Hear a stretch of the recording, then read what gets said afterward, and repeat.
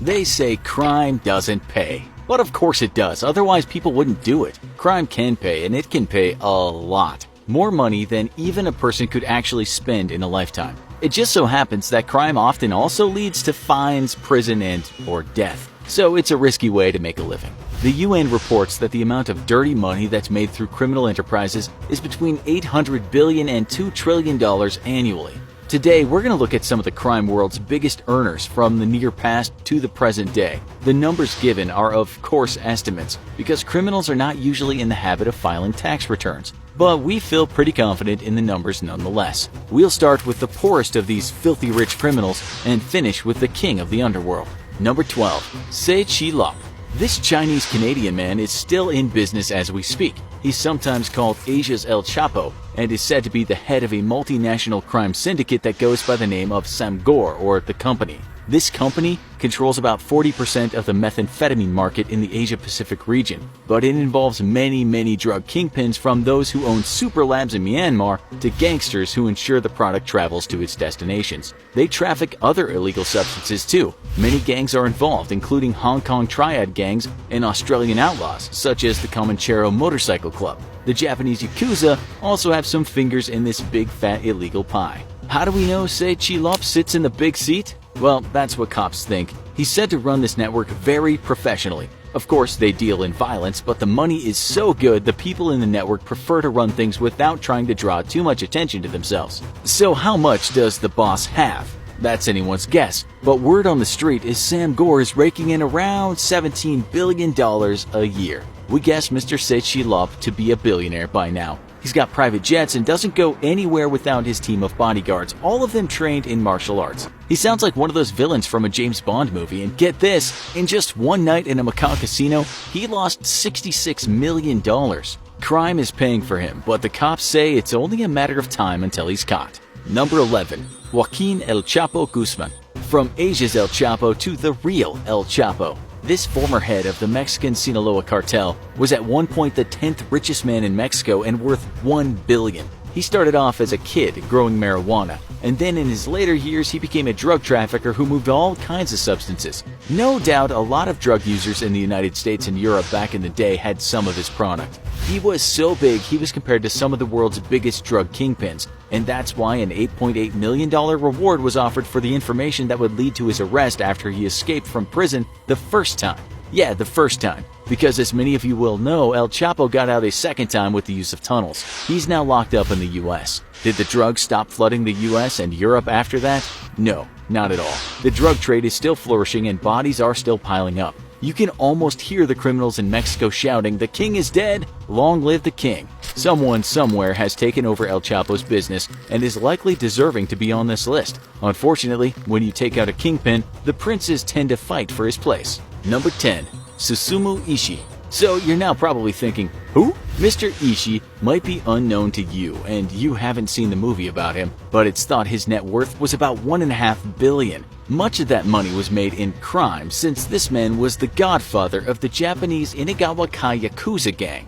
We say much of that money because the Yakuza gangs are known for making big bucks in legal businesses as well as in the underworld. He once said this about criminality: "We cannot succeed in the Yakuza world unless we're active and aggressive until our early 40s. After that, we have to adapt our lives to ordinary society. We cannot always be so forceful." One of his legitimate businesses was a golf course he built, and a very luxurious one at that. Membership was $100,000 to $200,000, and he apparently had many members. In fact, he made millions from his investments, and at one point, he was called the world's richest gangster. People used to say everything that he touched turned to gold. He retired as a godfather, and when he died in 1991, over 6,000 people showed up at his funeral. And here's a fact for you: a Mr. Prescott Bush was on this man's payroll at one point. That's the older brother of former President George Bush. The U.S. Securities and Exchange Commission said it was all legal business, but helping out formidable Japanese gangsters wasn't a good look for Prescott. A Japanese Yakuza expert told the LA Times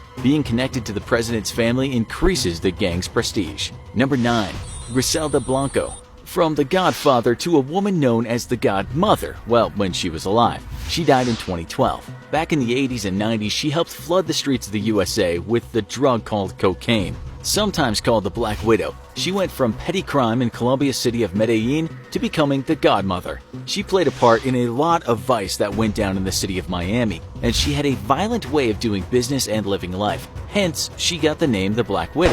When she was in court, it was revealed that she had killed 3 of her husbands, as well as scores of innocent people she just didn't like. After a confrontation in a nightclub with someone she didn't like, this is what the Guardian newspaper wrote. After a blazing gun battle, he and 6 bodyguards lay dead. Blanco, who suffered only a minor gunshot wound to the stomach, recovered and soon afterwards moved to Miami, where her body count and reputation for ruthlessness continued to climb. For her work, she ended up doing a lot of prison time in the USA, and then in 2012 she was shot down after buying some meat at a butcher's in Medellin. It's thought that her net worth has been as high as $2 billion. Number 8. Carlos Leder.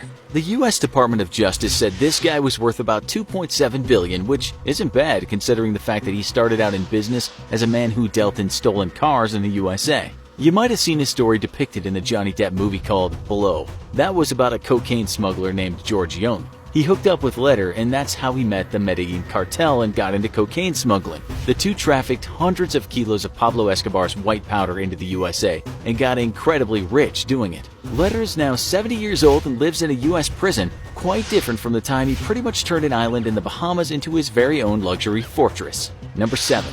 Leona Helmsley. It's about time we had a white-collar criminal on the list, and this woman was known as the Queen of Mean. She was a businesswoman, but it didn't seem that she liked much paying her taxes. In fact, she once said, "We don't pay taxes, only the little people pay taxes." She also didn't pay contractors at times when she spent millions renovating one of her many properties. She eventually got 16 years for tax evasion, but only ended up serving 19 months. After her husband died, he left his empire to her, and that included properties of great value such as the Empire State Building. So if she had sold everything, she would have been worth more billions. After she died in 2007, a lonely woman, she left $12 million to a dog named Trouble. We're not sure what the dog did with the cash. Her estate is said to be worth $4 billion.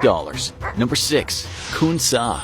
If you travel in northern Thailand to a small town called Thoed Thai on the Myanmar border, you'll find a museum dedicated to a man named Khun Sa. That translates as Prince Prosperous, and you might say this prince ran things on the frontiers of the Wild East. Outside that museum, there's a grand statue of him on a horse, and if you chat with locals, you hear a lot of nice things about him. That's because his drug empire was worth about $5 billion and funded schools, hospitals, and an army fighting for the liberation of the Shan state in Myanmar. Dubbed the Opium King, he worked out of what's called the Golden Triangle, an area that intersects Thailand, Myanmar, and Laos. This opium was turned into heroin, and if you did that stuff in the 1970s to the 1990s, there's a good chance it came from him. He controlled about half of the world's heroin trade.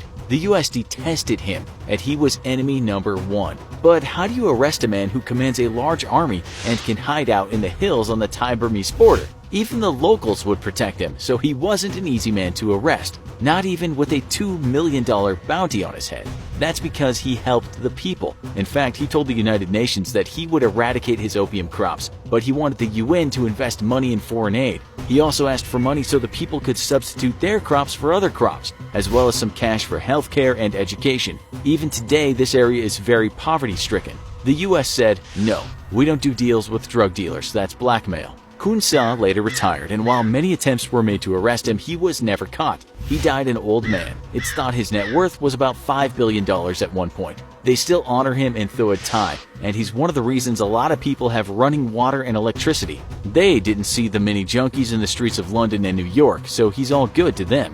Number 5. Viktor Bout. This Russian man has been called the Merchant of Death, and that's because he's one of the most notorious arms smugglers the world has ever known. That enterprise might have earned him the region of $6 billion. He made headlines when he was arrested in Thailand in 2008. He's since been extradited to the USA and is currently imprisoned there. He has quite the resume. Both is very intelligent, that's for sure. He speaks many languages fluently, including Russian, English, Portuguese, French, Arabic, and Persian. He started out in the Soviet Armed Forces and later built an air freight business. This line of work turned into arms trafficking, and he worked with a lot of countries and armed factions fighting inside countries. Since he's armed so many people, the US Department of Justice sees him as a terrorist, although Boat doesn't feel that way. He believes he's being held as a political prisoner. He once said that gun shop owners in the USA do exactly the same job he did. Number 4. Dawood Ibrahim. If you somehow managed to give some information that led to the arrest of this guy, you yourself would get rich because the reward is 25 million. He might be worth around 7 billion. What does Dawood do? We use the present tense because he's still in business and living life as a free man. He is the head of the D Company, which is an organized crime outfit in Mumbai, India, but spans the world. The FBI has him on the list of the world's 10 most wanted fugitives, and he's accused of, well, you name it: murder, extortion, drug trafficking, assassinations, and terrorism. Where he is up for speculation. He might be in Pakistan, he might not. He's an invisible man, but behind the scenes he has fingers in a lot of crime pies in South Asia. Number 3.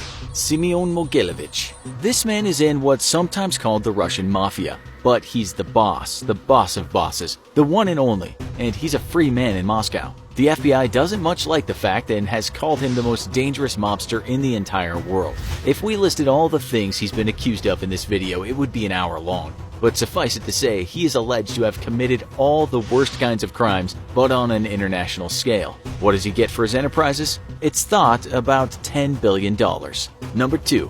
Armando Carrillo Fuentes. Here's the Mexican drug lord you might not have heard of, but you may have heard how he died. That's because he was undergoing surgery to change the way he looked when it happened. The US and Mexico were after this man, a guy behind much of the drug trafficking industry that stretched out around the world. That's why he needed to change his face. The surgeons, by the way, were tortured and killed for their part in his death. Carrillo was about as big as you can get, and before there was the likes of El Chapo, there was him. It's thought he might have made $25 billion in total for moving that devil's dandruff from Colombia through Mexico and into the USA.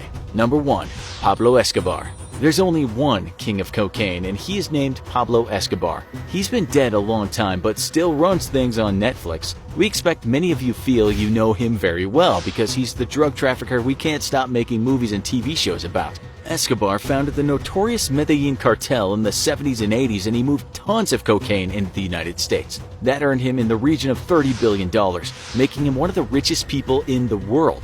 He's responsible for countless deaths, the ruin of families and entire neighborhoods, and the reason some people never seem to be able to quit talking about themselves at parties while intermittently sneaking off to the restroom. His empire wasn't exactly a smooth business to run, and through the competition and avoiding the law, the number of lives lost could equal that of a war. While his line of work led to a lot of blood spilled, like Kunsa, he won some people over because he put some of his wealth into poor communities. He got involved in petty crime as a kid, but in his 20s he was making millions. He was about 26 years old when he started trafficking large amounts of cocaine into the USA. When he was shipping the largest quantities, as much as 51,000 pounds could go in one shipment. The cartels during its heyday was making about $70 million a day. They even spent $1,000 a week on rubber bands that they used to wrap around the bundles of cash. Escobar was killed by police when he was 44. Some criminals in Colombia are still raking in the cash. The US State Department said in 2017 that Colombia still remains a major player, and that in that year, use and availability of the stuff in the US was on the rise again after a fall. We've got an even better idea than you taking up a life of crime, and that's clicking on this great video right here, or making an even smarter decision and clicking on this other amazing video over here.